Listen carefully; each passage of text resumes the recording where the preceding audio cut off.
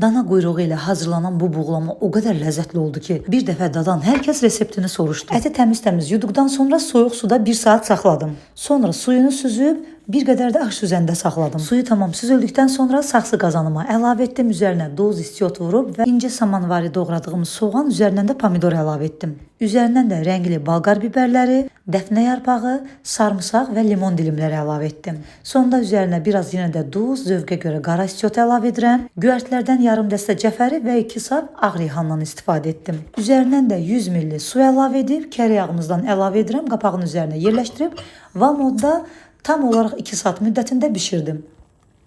Və budur, saxsı qabda dana quyruğundan buğlamamız hazırdır. Əgər hələ də dana quyruğundan buğlama hazırlamamısınızsa, bu resepti mütləq yadda saxlayın. Əmin olun ki, bu yeməyi bir dəfə yeyən reseptini mütləq sizdən soruşacaq. O qədər ləzzətli alınıb ki və çox gözəl bişib. Hazırlayan hər kəsə nuş olsun, göz haqqınızı halal edin, videonu bəyənib yaddaşa verməyi unutmayın hələlik.